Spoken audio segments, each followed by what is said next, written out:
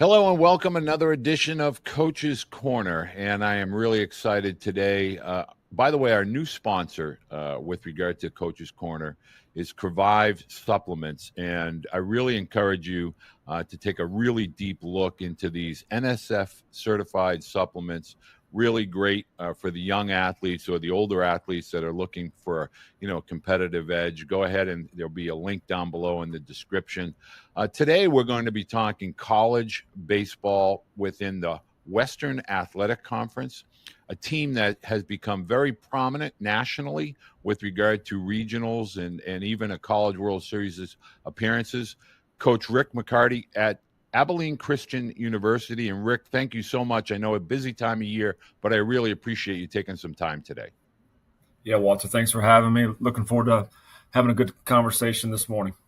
Well, one of the things I would love for you to discuss and get us kicked off is, I have some athletes that I've worked with in the past that have made their way to Abilene Christian, and one currently as a freshman. Talk a little bit about what makes your program and your university special with regard to both as a student as well as a student athlete. Yeah, you hit it right there. We talk about our experience here as a student, as a person, and as a player. We are it's a faith-based institution. So right off the chart, it may not be for everyone, or at least they may not understand what that consists of. So I think that's the big part of the recruiting process for us, is trying to find the young man, the family, find the right fit, right? It's not for everyone. Would love to think so, but I think we can combine a literally world-class education here at ACU with the real faith-based part, and then we can also put together some baseball where if you want to chase playing professional baseball, we've had 10 guys that have signed in the last 3 years. If you want to chase the championship here, then we've won 2 in the last 5 years. So I feel like to do that in the community that supports baseball, supports ACU with such a great our alumni and just the friends of our program we've been so blessed by so many different people in that regard.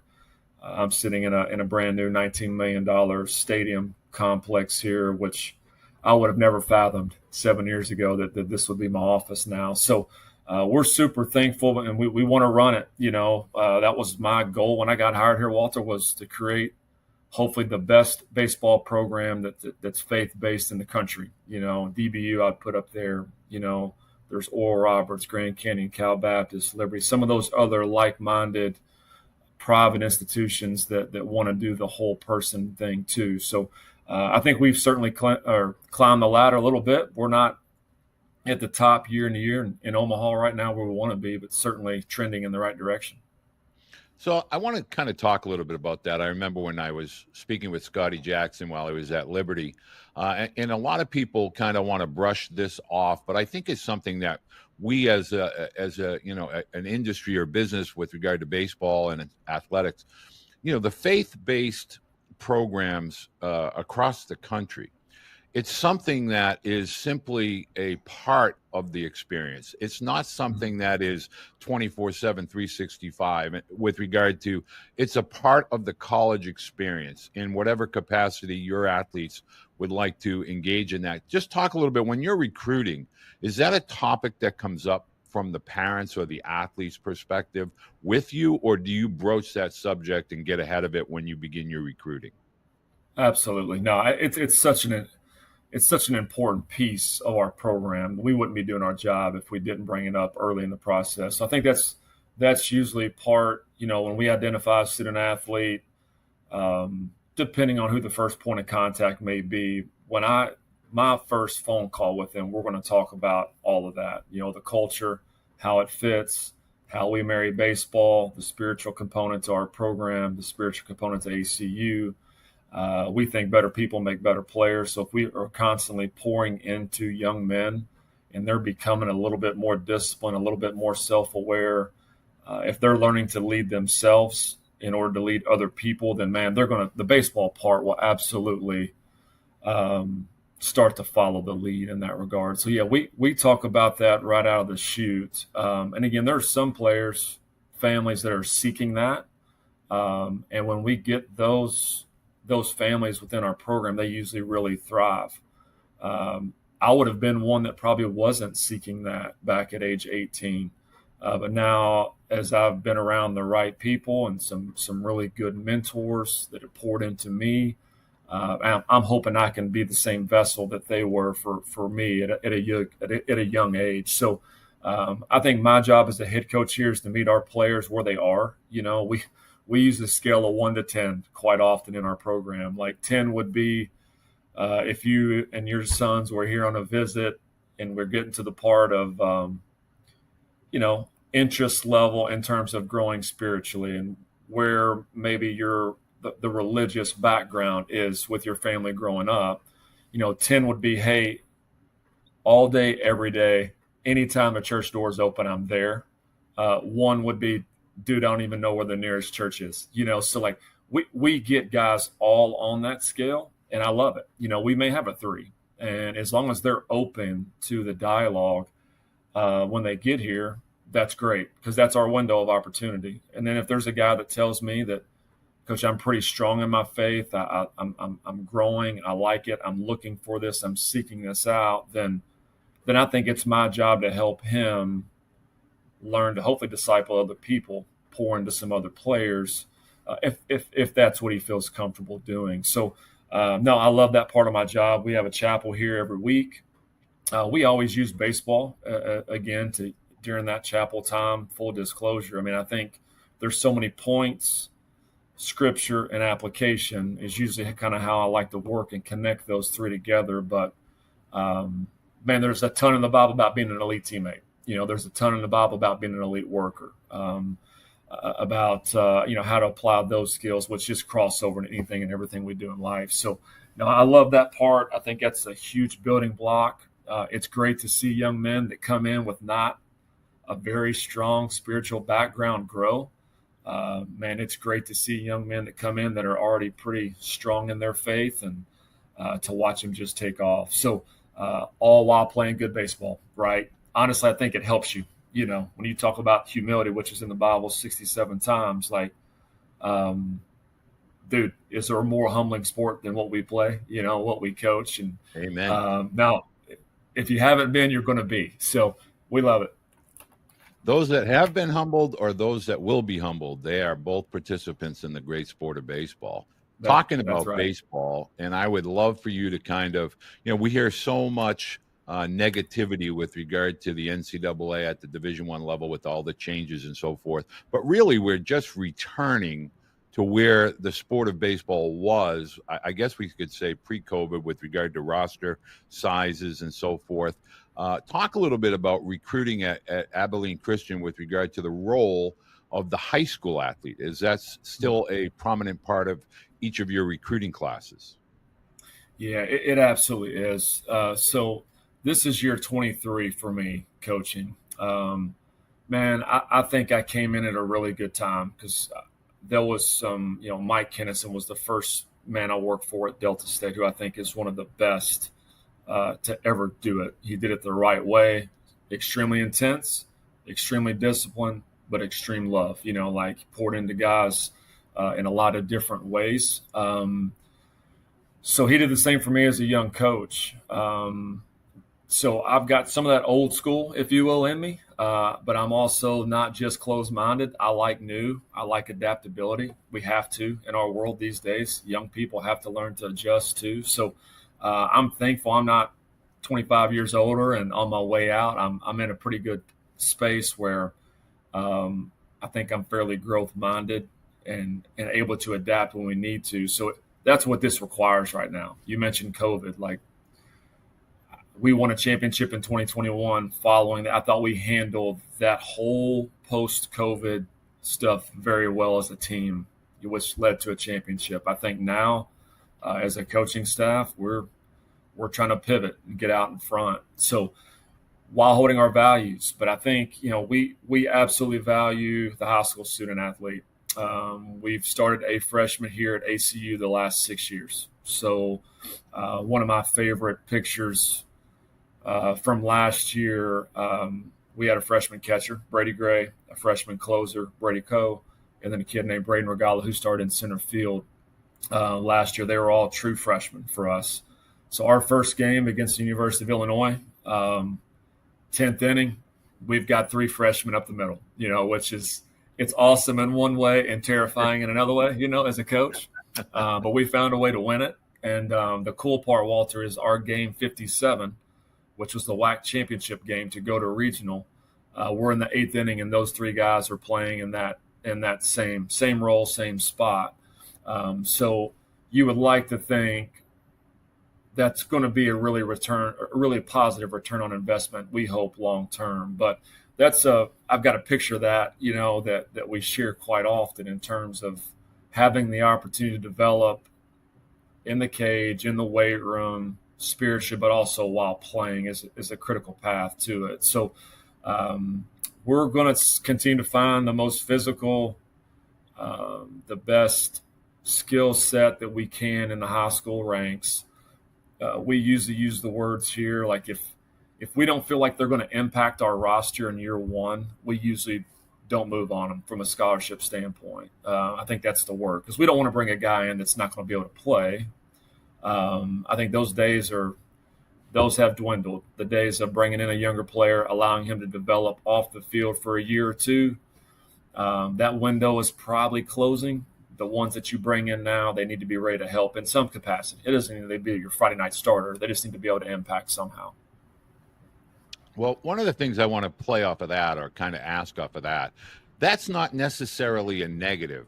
And I think a lot of parents or even student athletes will listen to that, and what they're really hearing is a positive, meaning you need to go to a school that is going to allow you to be a part of the right fit, meaning impact. You have to be physically, mentally strong enough to compete at that collegiate level. And talk a little bit about that jump, from high school, even travel baseball, if some think that it's elevated version of high school.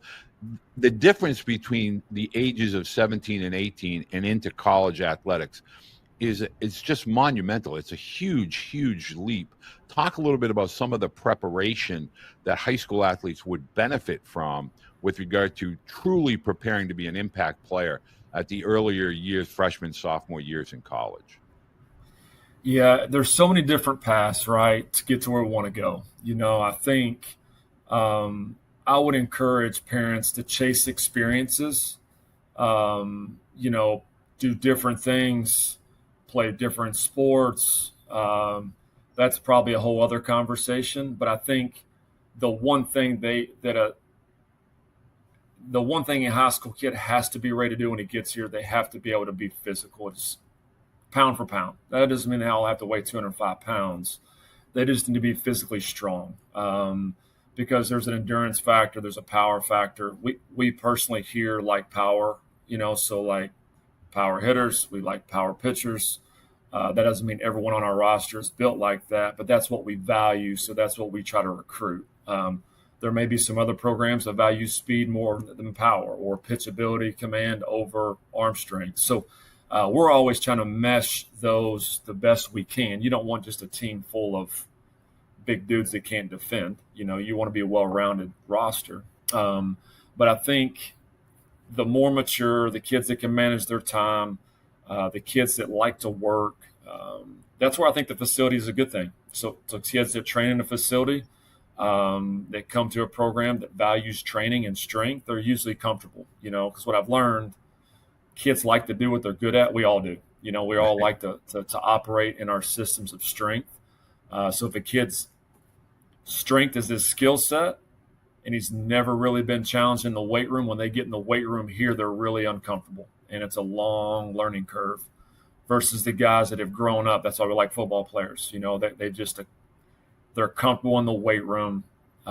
They jump right in and go. There's a confidence that comes from that, I think. So we tell all of our recruits, that once they've signed, like the most confident young players normally play. The way you develop confidence is by knowing, hey, man, I've put some work in. I've not just showed up and played, thrown my 2 innings and left each week, which is okay at times, So Long answer to the question, but I think there's a balance in high school of training. Weight room, I think, has to be a critical component for that, in my opinion. There's also a skill set and a play, and the better arenas you can play in, you know, that gives you a better opportunity to hit better pitching long term. The better hitters you're facing in high school, the better opportunities you're going to have to get better hitters out when you get into college too. So I think you should push yourself and play good people as often as you can. But I don't know the model needs to be coast to coast every weekend either. I think you can do that in a responsible way financially. I agree with that wholeheartedly. And one of the takeaways, I don't want to beat this horse because I think as a dad myself, I was always a very big advocate with regard to if my sons wanted to play other sports, they weren't missing out on anything. They weren't getting left behind or they weren't getting passed by. But I would love for you to talk about, from that perspective, it's really about mental resiliency, regardless of the sport, whether it's lacrosse or soccer or hockey or football.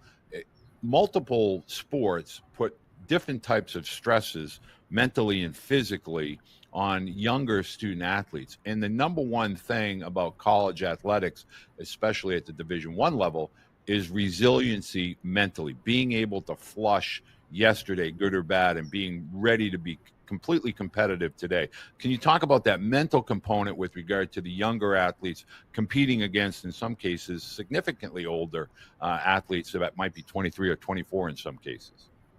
Yeah, no, we love it. Football.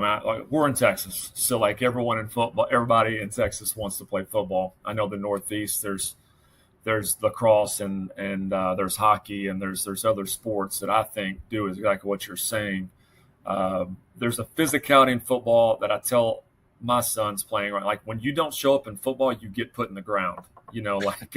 There's a physical component to it, and if you get put in the ground a lot, then there's, to your point, the resiliency part. Hey, I got to show back up and not get put in the ground. Maybe the same thing can hold true on a Friday night here, man. When you're facing a good arm, you're not physically getting laid out, maybe, but man, mentally you're going to get beat up at times. So how quick can you move on? How quick can you respond to a negative event? What does it take to break you in those moments? Like, I think that's certainly built through different experiences in high school versus the utopia environment, which just doesn't exist, in Division I athletics. You mentioned like the WAC and our travel. We're going to hop time zones. We're going to be on a plane. Inevitably, we've got no control when that plane gets delayed. We may miss this, miss that. We're going to get back at 2 or 3 a.m. So we may not love it at the time, but honestly, like the stories that we always share seem to lean back on are the extreme stories. You remember the time it was 31 degrees and we played 11 innings, or it was 106 degrees and we had to sweep a doubleheader in Arizona. So those are the badges of honor. The ones that you can wear with some confidence that, man, you thrived in an extreme moment and had some success. One of the things I would love for you to discuss, and I think this hot topic of the portal, the portal has been around for decades. It's really not anything new. There have been some changes to it. But I would love for you to talk about the college experience as a collective whole. In my opinion, is always best, the undertaking of developing a relationship over a 4 or 5 year period, not only with your teammates, but the coaches, the faculty, the community, that Abilene, Texas. I think that's an integral part that we don't talk enough about, is that brotherhood or that growth during those 4 or 5 years. That's your foundation of becoming an adult. Can you talk a little bit about that? Over your years of 23 years of coaching, you've seen these relationships, you've fostered these relationships. When you're recruiting, is that something you discuss with potential recruits about the community and the family dynamic at ACU? Yeah, for sure. I think, man, in a perfect world, you get to recruit a student athlete their junior year. You get to develop them or develop a relationship with them for 18 months. They get on your campus, to your point, they're there for 4, maybe 5 if there's an injury. you get to walk with them from one stage of life to another stage of life. And then honestly, what we hope we're preparing them for is the marriage conversation and the engagement and kids and jobs and interviews. That's missed, man. When you hop around, I've done it as a coach, so I've been a place for 2, 4, 5, 4, a year. This is year 8 for me here. So I'm seeing it from a different lens now. The more you invest in a place, the more you get out of a place. And sometimes it hasn't been pretty from day one to day whatever. I know kids get a bad rap from bouncing from place to place. Sometimes there's a reason for that. Sometimes it's just not a good fit. And sometimes there's obviously a financial component to it. There's a lot of different reasons. So I'm probably not the old school beat on the desk and just say, hey, man, the system's broke. I do think it's probably not sustainable long term to keep doing what we're doing. But we're going to try to build our roster with as many high school players as we think we can. And then we'll supplement with the older JUCO. I played junior college baseball. I've had a lot of success with junior college players, the places that I've been. I've never coached at the Power 5, 4 level where inherently you can grab a 4 or 5-star recruit. Man, we've built this program and some other places I've been on some 2s and 3s and 4s that have been grounded in development. You breed an area of brotherhood, man. They fight for each other. You play hard for each other. You get better as a player. You're just kind of hard to kill. We talk about that all the time offensively. It's hard to do that, man, when it's plug and play 1 year at a time. Even though there's sometimes there may be a valid reason for that. We've had some success with those guys too. So I'm not, but we would rather certainly build our program with 3 to 4 to 5 year experiences versus the 1s or 2s. But it's a different day and different world. And like I said, we're trying to adapt with it. But I think we're in a position of strength here at ACU to do that. I know parents and student athletes after listening to you speak, and I really feel your energy and your purpose with regard to being a mentor in all facets of student athletes' lives. So if someone has an interest in ACU and say, I think I could be a good fit for that program, how do you, as a head coach or your staff, like to be, what's the communication? Is it an email with a video? Is there a transcript involved? Do you respond to direct messages? How about your camps? Do you prefer athletes attend your camps during the prospect season, whether it be the fall or the summer? No, we're a big fan of camps. And we, I guess, first point of contact would be we're pretty much open to all of it. We need to be seasoned for all of it. We love personal emails sent from the student athlete. I would encourage people to try to keep it brief, where you are. Twitter and social media, man, they're valuable resources for us. All of us are plugged in online. I think we've got like 45,000 followers on Twitter. I just saw that yesterday. So in terms of our brand scattered out there, I think that's our job, is to present our program to draw the right fit of player in that wants what they're seeing potentially. But yeah, email, DMs are always going to be a way to maybe get your name in to that recruiting hopper, if you will.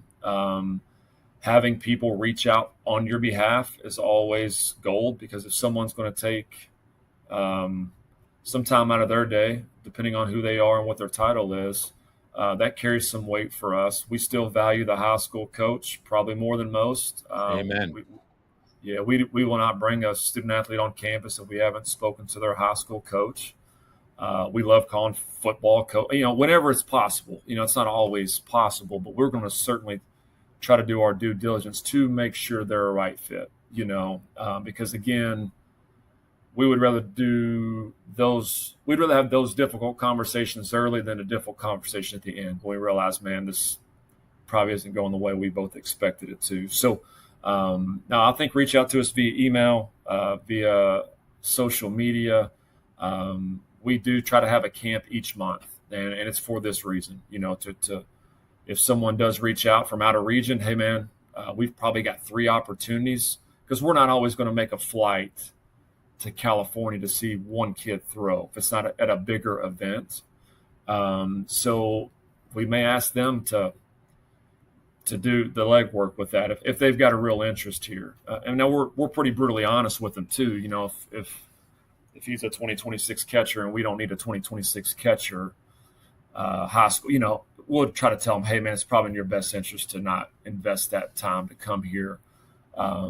We do try to do the honesty thing as often as we can, but sometimes, man, everything changes too. So yeah, I don't know if that answers the question, but I think we do value camps. We do value high school coaches. Summer coaches are important too. We've had enough good players, enough good summer programs. If we can just keep coming to those guys and it becomes a pipeline, there's hey, well, so-and-so did this here. Would you compare him to him? So that just makes it maybe a little more natural at times. Well, I want to say thank you, Rick. I know this is a very busy time of year. You're getting your new recruits in on campus, and it's the fall and school starting back up. So I greatly appreciate your time. Want to encourage parents, everything about ACU, Abilene Christian University, will be listed in the description, both in the podcast as well as the video that you see here today. Also, I want to let you know, I'll have all of Coach McCarty's contact information, social media. You can also find that on the Baseball Blue Book app. I encourage you to create a free profile, put some video out there, contact information, and let coaches be able to take a look at your social media presence as well as your video. Rick, thank you so much for taking the time today to join me, and best of luck in the 26th season. Thank you, Walter. Appreciate all you do for our sport. All proteins are not the same. I encourage you to choose a grass-fed whey protein. The cattle have a cleaner diet, grazing on natural grass, which is going to mean that it's going to have higher branched chain amino acids, also your omegas and your CLAs. I'm telling you, it matters from a recovery standpoint. Choose the best protein and you're going to see the best gains and the best recovery. I'm telling you, athletes, make a wise choice because it matters.